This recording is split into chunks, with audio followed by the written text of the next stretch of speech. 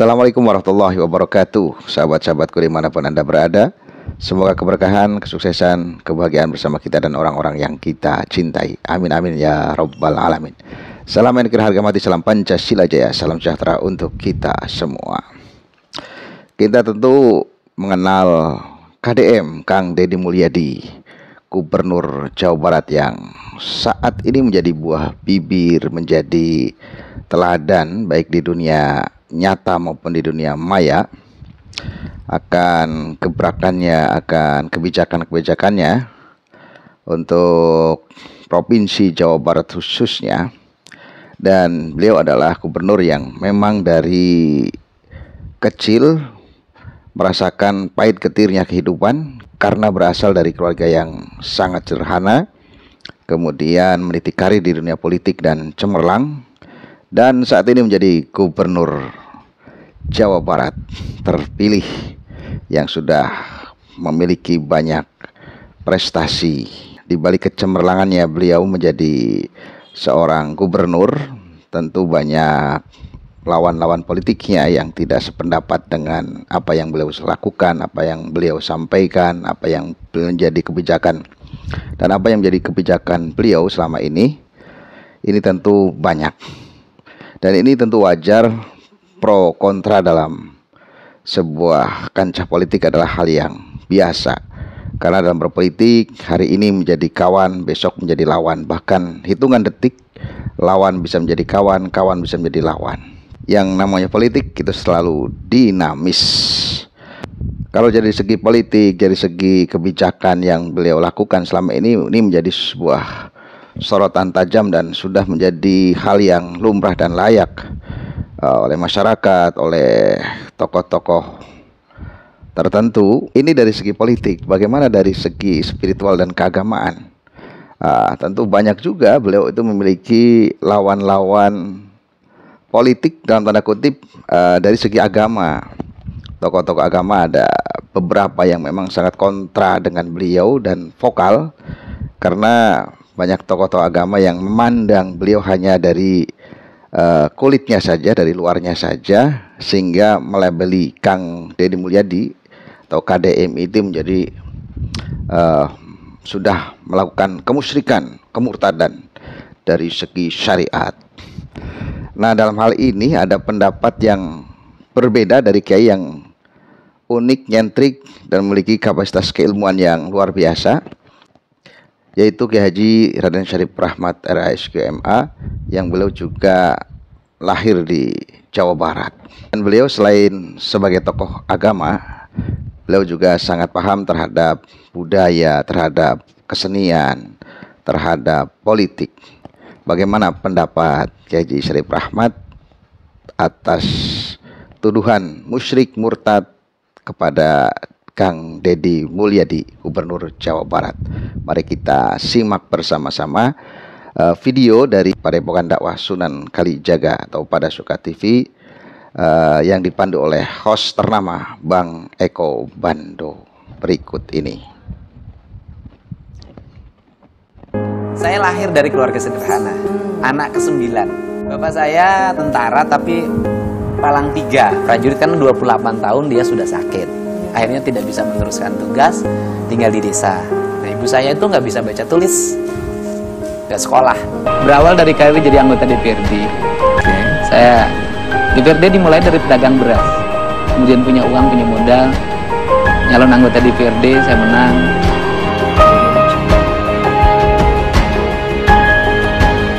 Wakil Bupati ini kita nggak percaya diri waktu itu ya, karena usia saya baru 30 tahun. Saya nekat aja 500.000 dompet, daftar aja ke KPU. Gimana? Saya dari dulu yakin betul kalau punya niat pasti Allah memberikan jalan. Baik Sobat Padasuka TV, sekarang langsung saja kita bertemu dengan orang tua kita, guru kita. Assalamualaikum Kiai. Assalamualaikum warahmatullahi wabarakatuh. Baik Kiai, masih sehat ya Kiai? Alhamdulillah. Masya Allah. Ini kita langsung saja nih Kiai nih. Hari ini Indonesia mendapatkan sebuah figur yang mungkin unik. Ada seorang anak bangsa yang lahir di desa, tiba-tiba sekarang mencuat namanya Kang Deddy Mulyadi. Tapi Wah, ini yang menarik. Sebagian orang ada yang memusyrikannya, ada yang memusuhkannya dengan hal-hal yang dia bikin, seperti membuat patung pada saat menjadi seorang bupati Purwakarta dengan cara-caranya, dengan atributnya. Bagaimana pandangan Kiai? Ya. Mohon izin. Bismillahirrahmanirrahim. Pertama, saya memang cukup lama kenal dengan beliau. Alhamdulillah. Beliau seorang Muslim. Yep. Tapi orang dalam beragama itu kan tidak selamanya sampai kepada targetnya.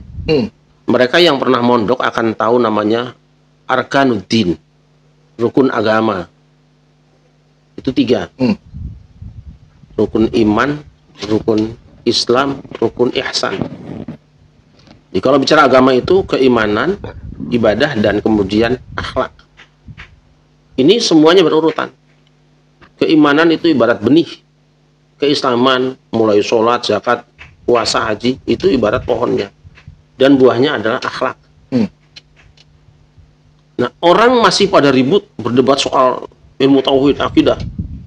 Apakah Tuhan itu di aras atau di mana? Masih ribut sampai hari ini. Banyak perdebatan di sini. Masih ada orang yang ribut soal terawehan, 2, 3, 11, kunut, tidak kunut, usoli, tidak usoli. Di situ. Jadi sudah selesai itu. Beliau tidak mau ribut soal akidah. Yang memang sudah berbeda satu dengan yang lain. Tetapi masih dalam koridor keislaman. Beliau tidak mau ribut soal fikih, soal ibadah. Sudah selesai. Walaupun ada perbedaan. Menurut saya beliau sudah masuk yang ketiga. Apa tuh? Akhlak. Jadi ibarat pohon, dia bukan lagi biji yang tertanam di bumi. Bukan lagi pohon yang rantingnya begitu tinggi dan banyak. Dia sudah jadi buahnya hari ini. Nah, sementara kebanyakan di antara kita beragama itu baru pohon. Baru rame kalau ibadah lahiriah. Kita sholat berjamaah rame, jumatan rame, zikir rame, selawatan rame. Tapi buah dari ibadah, yaitu berbudi pekerti yang baik, jarang di antara kita. Jadi ngambil yang itu. Atau anggap saja bahwa jadi tidak sampai di situ. Artinya tidak meliputi 3 jalur ini. Tapi beliau ngambil salah satu porsinya. Kamu ngambil akidah, ribut soal akidah. Kamu fikir, ribut soal fikir. Beliau tidak. Beliau konsentrasi ngurusi masalah akhlak ini. Nah, itu yang dilakukan selama ini. Kalau ada orang mengatakan bahwa dia menjadi orang musyrik gara-gara ada patung-patung, nanti dulu. Tidak semudah itu. Yang diharamkan disepakati ulama itu adalah apa? Berhala. Nanti di Quran dibedakan antara wasan, sonam, dan tamathil. Memang Nabi Ibrahim pernah mengharamkan mahadi tamathil lati antum laha akifun. Ini tamasil ini apa yang kalian sembah ini?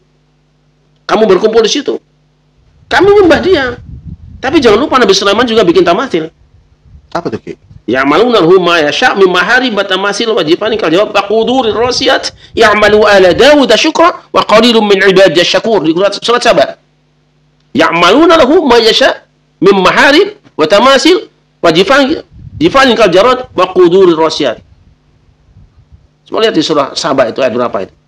Sekitar ayat 10, 11, 12. Ayat berapa itu? Jadi zaman Nabi Sulaiman itu ada jin-jin yang ditugaskan untuk membuat periuk-periuk, mihrab-mihrab, juga tamasil, patung-patung. Jadi zaman Nabi Sulaiman itu ada patung. Ada patung. Ada patung. Tamasil itu banyak. Timsal, zamannya timsal. Apa kita akan mengatakan Nabi Sulaiman musyrik gara-gara bikin patung?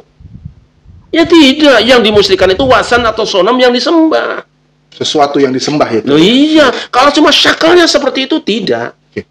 Nah ini kalau kita mau ngambil yang sangat longgar, yang dilakukan Dedi bukan patung sesembahan kok, bukan berhala kok. Yang dia bikin adalah patung gambar, patung dari tokoh siapa. Dan ingat, ketika para ulama mengatakan bahwa yang diharamkan itu adalah syakal patung yang menyerupai makhluk ciptaan Allah, manusia kalau utuh. Para ulama sudah berkerenah di sini. Misalnya gini, ada bentuk makhluk dari kepala sampai kaki lengkap. Lengkap, tapi gepeng, itu wayang kulit. Di belakang tidak berbentuk. Ada memang yang wujudnya seperti manusia. Ya kan? Ada hidungnya, ada matanya, ada tangannya. Tapi lihat bawahnya.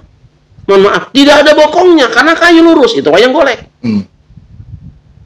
Itulah kehebatan ulama Indonesia dulu ketika mereka berdakwah di hadapan orang-orang yang sudah beragama dan punya budaya, mereka punya wayang, maka wayang mereka buat tidak melanggar syariat. Gitu loh. Ada yang lengkap tapi gepeng, iya kan? Ada yang bentuk tapi tidak ada pantatnya, nggak ada kakinya, itu wayang golek. Jangan dianggap orang Indonesia itu bodoh. Nah, sekarang patung yang dibikin oleh Kang Deddy misalnya, patung Sri Baduga siapa? Itu bukan berhala kok. Bukan untuk disembah, tapi kalau disembah loh, jangankan Anda, kita yang jauh juga akan turun. Tapi setahu saya tidak. Beliau sedang mencoba mengekspresikan kembali keinginannya untuk bangsa ini sadar bahwa kita pernah besar dulu. Pernah berjaya dulu, kita punya budaya. Jangan sampai gara-gara satu agama datang budaya, ikut agama itu. Agama ini datang, budaya itu datang. Ambil agamanya tapi tidak budayanya. Karena agama tidak identik dengan budaya. Gitu loh. Wah, itu luar biasa nih. Baik, Kiai, dari satu tayangan kita melihat ada pada saat Kang Deddy melihat hutan itu rusak, dia menangis. Di satu sisi juga kemarin terjadi banjir yang cukup luar biasa di Bekasi dan yang lain-lain.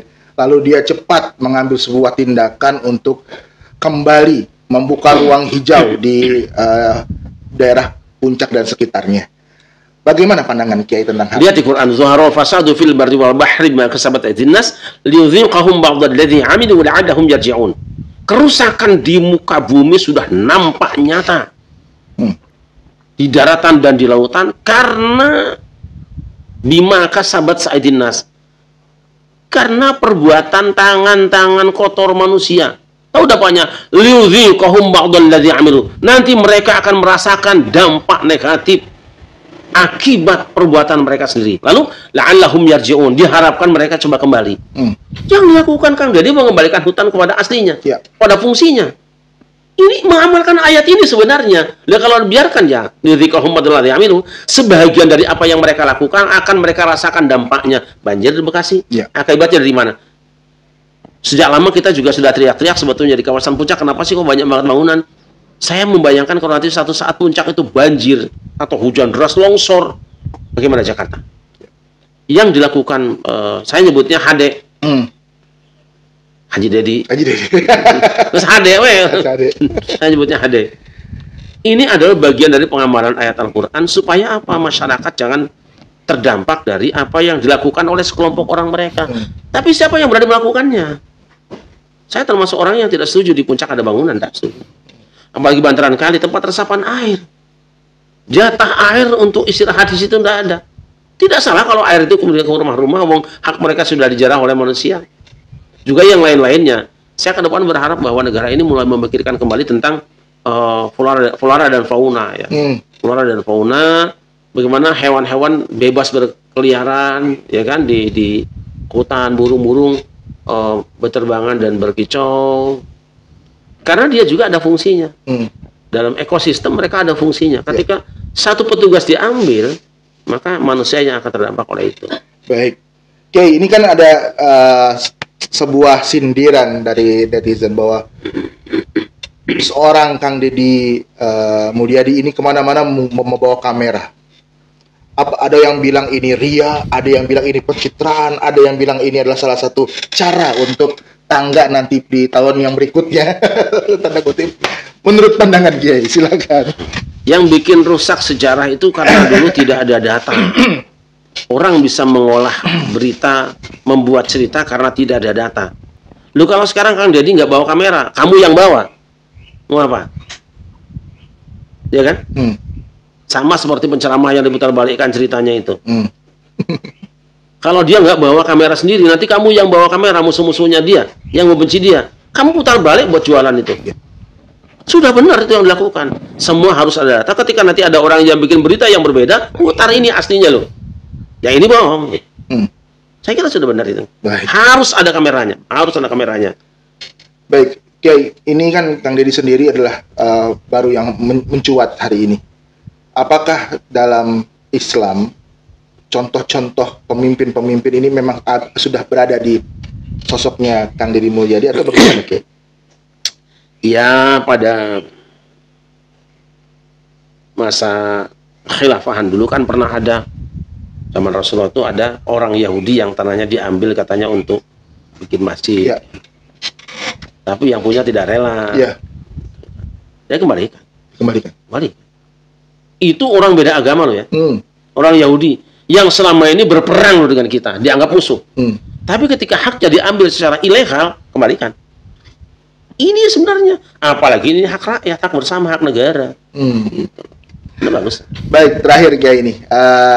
Bagaimana apakah dengan tayangan ini Kiai juga pengen ada pesan-pesan khusus buat Kang Ade, Kang Haji Ade, atau bagaimana? Silakan. Ade ya. Hade itu bahasa Sundanya bagus. Yang pertama saya turut bersyukur dan selamat atas amanah yang Allah berikan. Kita tetap saling mendoakan, jangan ragu-ragu. Siapapun lakukan pelanggaran, lakukan tindakan dengan tegas dan tetap santun. Tetap santun, tetap menggunakan budaya kita. Dan saya berharap bahwa ke depan budaya Sunda, budaya adiluhung Nusantara dihidupkan kembali. Jangan sampai negeri kita ini yang tadinya tanamannya kelapa berubah menjadi pohon-pohon yang lain. Yang tadinya punya ayam pelung diganti ayam-ayam yang lain. Sudah cukup kok, sudah bagus punya kita ya. Selamat bertugas Adek ya, Kang Haji Dedi. Insyaallah kita bersama dalam doa dan mudah-mudahan ada waktu kapan kita saling bertemu kembali insyaallah ya. Untuk memberikan sebuah kemanfaatan buat anak bangsa.